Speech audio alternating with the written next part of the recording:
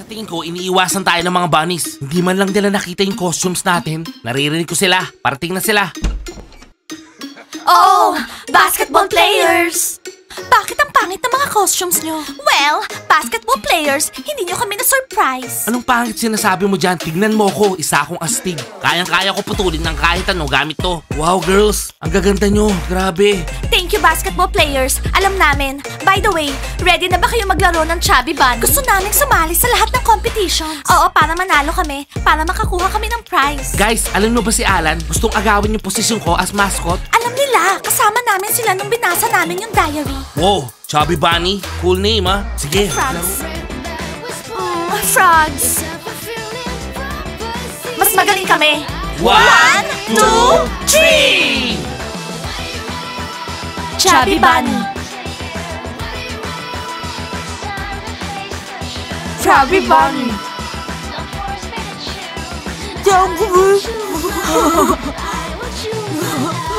Ano?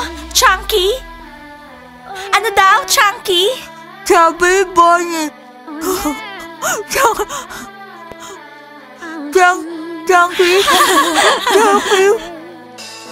Chubby Bunny.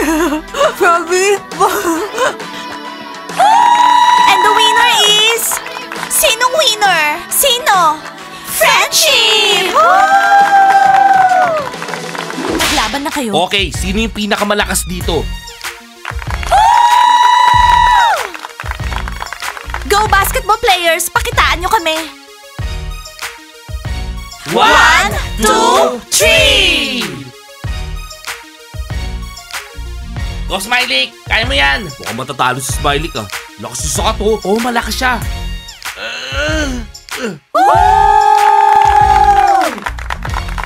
Oo, hindi ko ina-expect yon. Smiley, mahina ka pala. Masyadong magaspang yung mesa. Masakit sa siko ko. Okay, tara na.